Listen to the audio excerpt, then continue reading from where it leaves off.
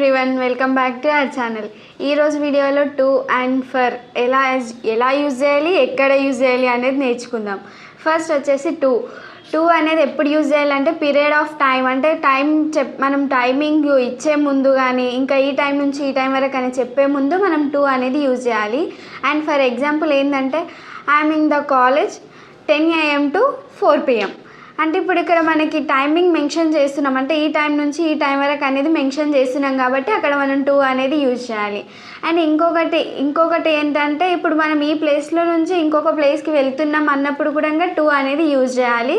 ఇప్పుడు అంటే like example ఏంటంటే ఐఎమ్ గోయింగ్ టు ముంబై, అంటే ఇప్పుడు ఇక్కడ కూడా టు అనేది యూజ్ చేయాలి. అండ్ ఈ రెండు ప్లేస్లలో పక్కా టు అనేది యూజ్ చేస్తాం.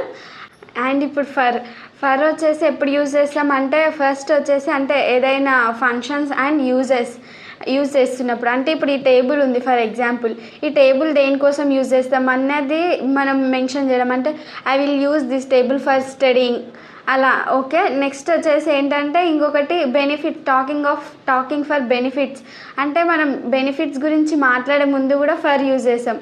Walking is the best for health అలా. అంటే ఇప్పుడు ఫర్ అనేది బెస్ట్ ఫర్ హెల్త్, అంటే ఇది ఇప్పుడు బెనిఫిటే కదా, వాకింగ్ అనేది మన హెల్త్కి మంచిది కాబట్టి అక్కడ మనం బెనిఫిట్స్ మాట్లాడే ముందు కూడా ఫర్ యూజ్ చేస్తాం.